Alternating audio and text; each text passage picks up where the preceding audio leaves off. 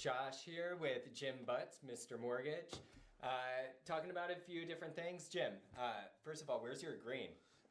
My green. Is today St. Patty's Day? It's not St. Patty's Day, but it's St. Patty's month. Oh, we got the green on the walls, right? Green screen. They Is can't it see green? that now. They They can't. can't see that. That's right. I wasn't even thinking. No.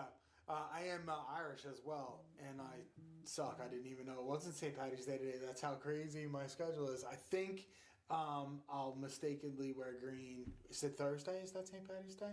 No, I think it's Friday, right? Friday? Oh, Sunday. Sunday. Well, you gotta wear green every day Oh, until St. man. Patty's Day. Okay. That is like the official rule. Yeah, I'll eat something green. I won't drink green beer, but I'll have some, I don't know, something green. Some Smithwicks? So I'll have like a kale smoothie or something like that.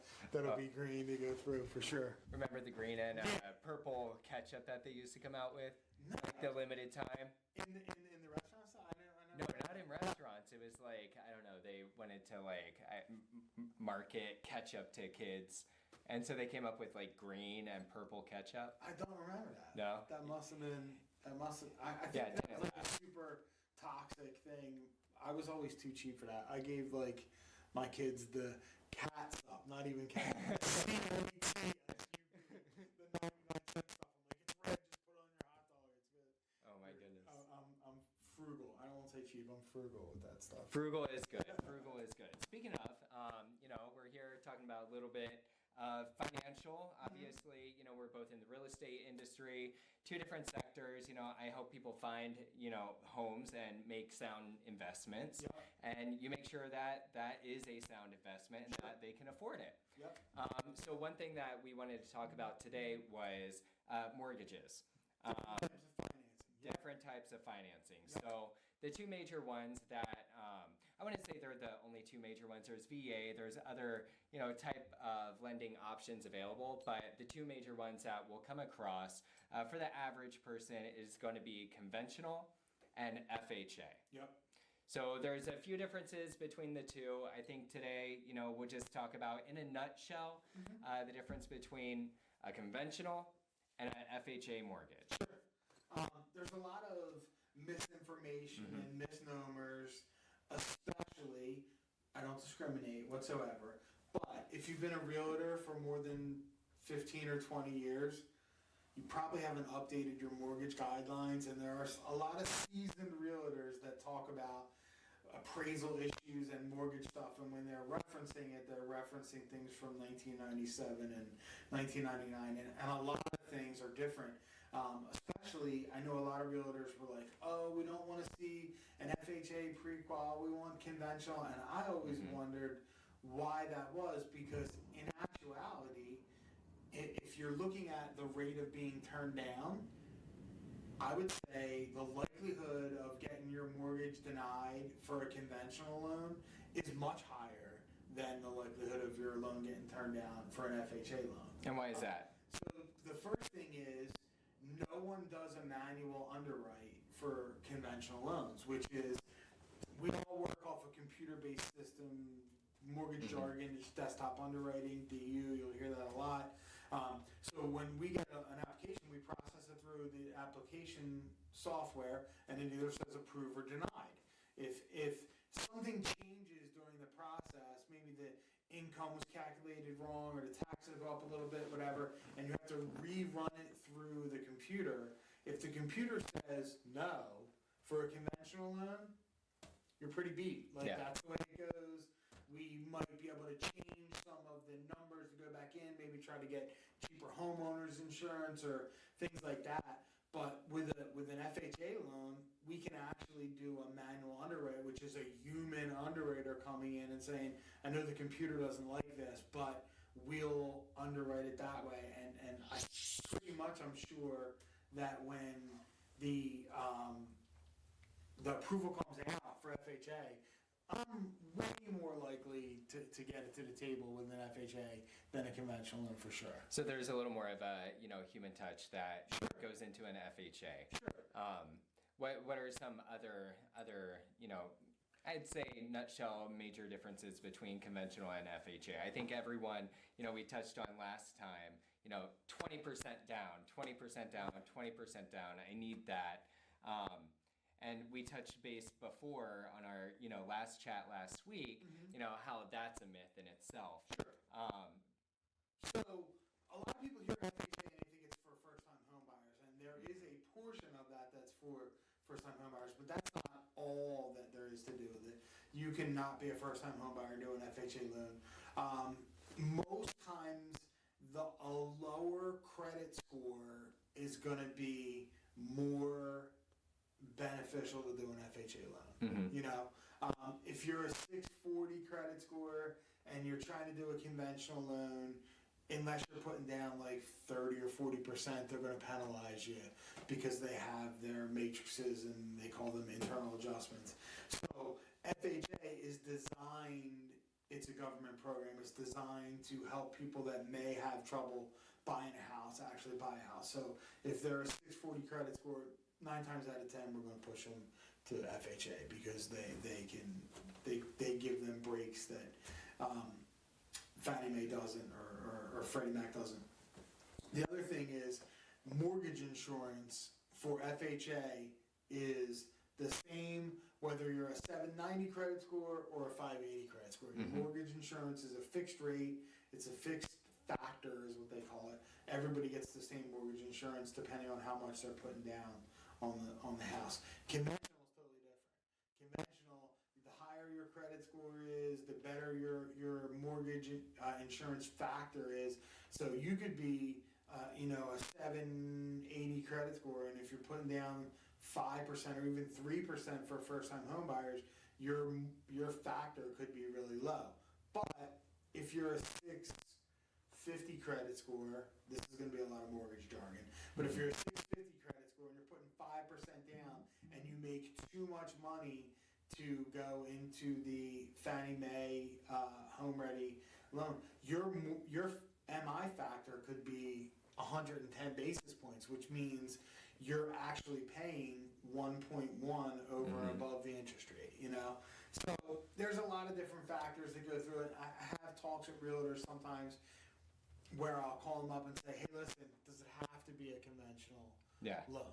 Because this person does qualify for a conventional loan if you absolutely won't take an FHA pre-qual. But just so you know, a conventional loan for them is going to cost them $250 a month more than an FHA loan would. I think a lot of, going back to what you said before, a lot of agents are, I want a conventional loan, something that's easy, straightforward, that kind of came to play during COVID.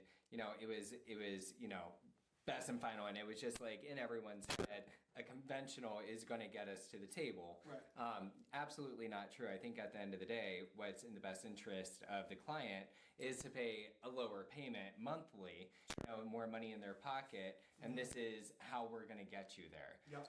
I've noticed, in my time doing real estate, FHA is a valid lender. Like no one's ever bat an eye to that. Sure. As of recently, anyway. There's a couple red flags. Yep. You know what I mean? Much older house. Yep. We talk about Laurel Springs all the time. Chipped paint. If you're talking about a 1910 Victorian home down by the lake that hasn't been painted for 14 years, probably going to be a problem, FHA. Yep. And really that comes in with the appraisal. The appraiser. The appraiser is going to come out. FHA is a government-backed loan, and basically they want to ensure that the property that they are backing, this loan for, they are going to be able to live there for a long term, for at least the duration of the loan. So chipped paint is a big one. That goes back to lead-based paint. Yeah. So if the house is older than 1972 or whatever, like 90, whatever, if it's older than that, then you can't have any chipped paint because the last layer of paint might not be lead-based, but the first layer of paint might be lead-based. So it's a hazard to the kids. So they have to make sure that that's all scraped and going through. Most people don't realize that, and they're like, oh, well, we know this house was painted 12 years ago. That's not lead-based. Well, yeah, that wasn't, but the first layer might, So that's the one time where I'm like, absolutely, if we have that issue, you would look at FHA or conventional over FHA. But like people say, oh well, the FHA appraisal wants to have a railing on the steps. Well, if it's a purchase, not a refinance, if it's a purchase, the CO is going to say you need to put the railing on anyway. Exactly. So you're going to go through all this stuff and get your CO done, and they're going to make you put the railing on anyway. So Exactly. 9 times out of 10, the proposed landmines that realtors see for an FHA loan really are going to be addressed by the CO and all the occupancy stuff anyway. So they're not really avoiding costs to the seller like they think they are. Correct. The CO certificate of occupancy. A lot of townships will also require the, fire inspection. Sure. Different inspections. Every township is different in what they do expect. But that's a really great point that FHA, they don't want chip paint. They don't want broken windows. No one's going to want a broken window in their house, So these are certain things that, agents, you might get afraid, I can't accept this loan because what if it doesn't pass the appraisal? But you don't have to think necessarily, what if it doesn't pass the appraisal? Like, be proactive. All right, this may be an issue. This is how we'll address it if we get this type of loan. Sure. There's the home buyers that can ask for seller concessions to get repairs done. If they're absolutely not willing, if the buyer really wants this house, you may have to do the work yourself to get it, repaired. Yeah.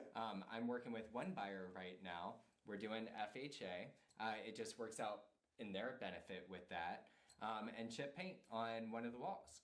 You know what we did? We got a gallon of paint, we scraped it off, and we just painted the walls. Yeah. It was a $50 fix for them to get their house. Sure. But that's what, sometimes you have to look at that and you have to talk with your agent and say, hey, this is, what we're going to do. We're going to do work on a house we don't yet own, but we are under contract to buy that house. Yep. And there's a lot of different workarounds you can have. And as the market gets crazier, people do crazier things. You know what I mean, if it's not a super hot market, then sellers are more likely to do something. We had the crazy COVID period of time where a seller thought I can have this polished turd and sell it like it's a castle. Oh yeah.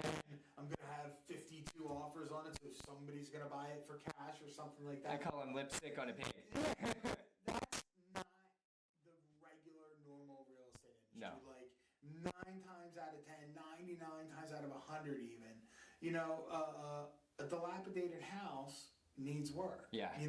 A house with obvious deficiencies is going to have to be addressed prior to closing. Exactly.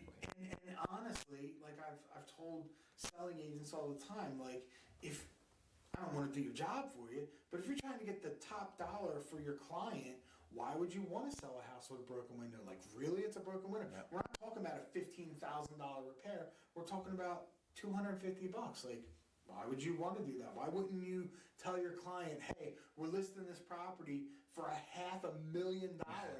Can we throw a $200 window in there? Like, that would just make sense.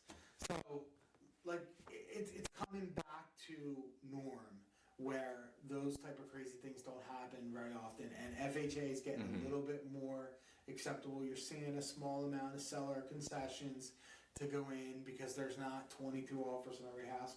But I think that, as it goes in and things get more back to normal, we'll see FHA loans getting accepted more, possibly some, like the first time buyer loans, they're tough to get accepted as a bid. You're not gonna, 99 times out of 100, you're not getting the HGTV fresh flipped house approved with a home buyer loan because the appraisal still's got to come in. Yep. And these people are getting a grant to buy the house. They don't have $20,000 in their bank account for an appraisal gap, so they could bid $250,000. But if it only appraises for $235,000.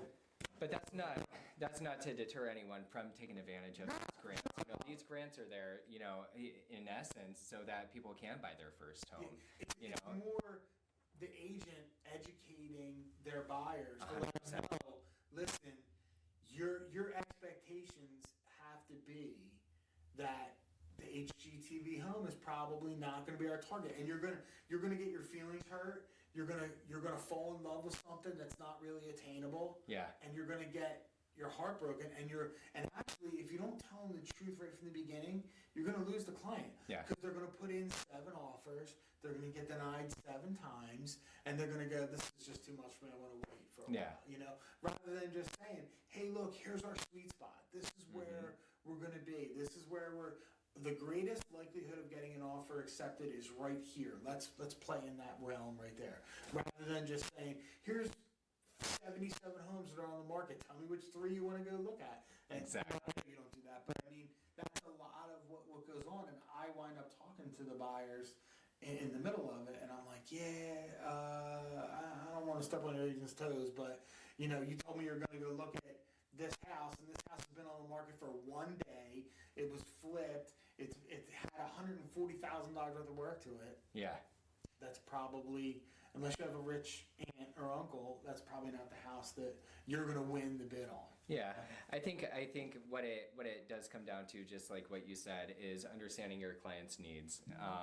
You know, they may want a castle, you know, a lakefront castle, but really, you know, that's not doable, and explaining why it's not doable. Right. You know, even something that may have been obtainable, you know, 5, 7, 8 years ago, you know, the market has shifted, and we have to readjust our expectations. Maybe it does mean that we go into a starter home where you're going to have to do a little work. You're going to have to paint some walls. You know, may need to replace the windows.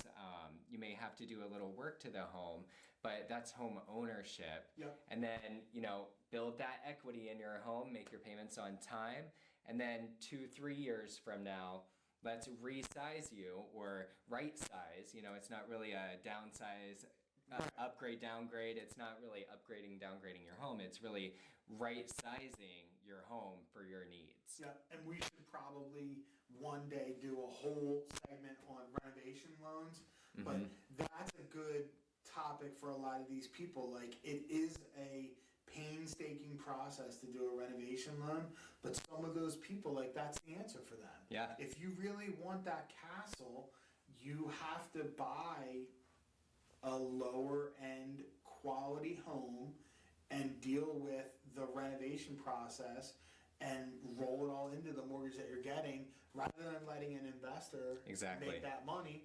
Yes, it's some work. Yes, it's a lot of paperwork. Yes, it's going to cost you a little bit more money for doing 2 appraisals and blah, blah, blah. Not necessarily. So I've been working with, I mean, yeah, there's a lot more paperwork. There's a lot more behind the scenes that go into it.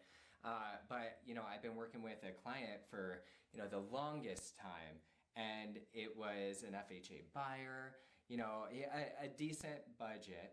But we kept getting outbid. You know, people are coming in from New York, Philadelphia. They want more of a suburban, like, they want a home with a yard, right? So again, this was a first-time buyer, FHA. I was able to transition her FHA loan to a FHA 203K loan. We went on a lower budget house. Yep. We bought that, an investment home. Had to work with the plans and get an architect, or not an architect, but engineer to come out, drop all the work, and you know, we got the home. Yeah. You know, the loan was approved. You know, she's on a month-to-month basis in her rental right now, and in 2-3 months, she's going to move into a newly renovated home that she paid for herself. Yep. That's still within her budget. Yeah, that's awesome. We're gonna run out of time on this one, but I think we know already what our next segment. I think we have is to. going to be on the renovation loans. I love those. I think they're so great. I love them. They're such a great tool, great utilization of your finances. We know what our next week's topic is right now. Yeah. Awesome. Great. Hey, Thank you, man. thanks for your time.